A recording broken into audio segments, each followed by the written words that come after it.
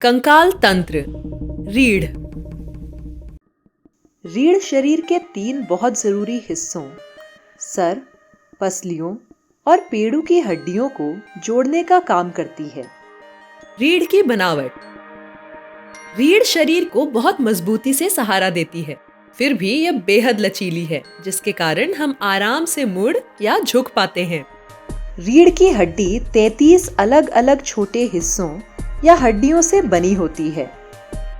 ये छोटी हड्डियां रीढ़ को मजबूती देती हैं। इन छोटी मजबूत हड्डियों के बीचों बीच में लचीले ऊतक होते हैं, जिनके कारण ये सभी हड्डियां हिलडुल पाती हैं। हर छोटी हड्डी अपनी जगह पर तो थोड़ा सा ही मुड़ती है, पर सभी हड्डियों का ये थोड़ा थोड़ा मिलकर मुड़ना कुल मिलाकर रीढ़ को काफी मुड़ने की क्षमता देता है। रीढ़ के 4 हिस्से होते हैं। पहला, गर्दन या सर्वाइकल का भाग। दूसरा, छाती में पसलियों वाला भाग।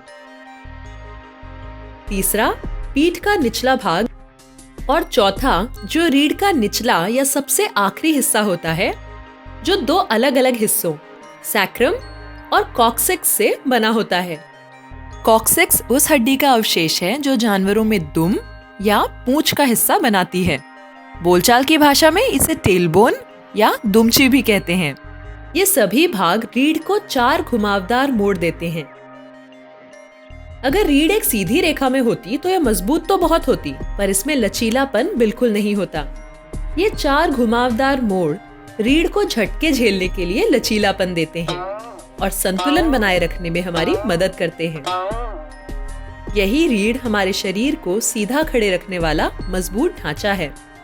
रीढ़ की हर छोटी हड्डी की बनावट एक दूसरे से अलग होती है। कुछ इसे मजबूती देने के लिए बनी है, तो कुछ लचीलापन देने के लिए। रीढ़ की वास्तविक स्थिति कुछ ऐसी है। रीढ़ के निचले भाग में सबसे बड़ी और सबसे मजबूत हड्डियां होती हैं। इनके ऊपर शरीर के ऊपरी भाग का सारा वजन उठाने की जिम्मेदारी होती है और यही शरीर के दाएं बाएं झुकने का भी ख्याल रखती हैं।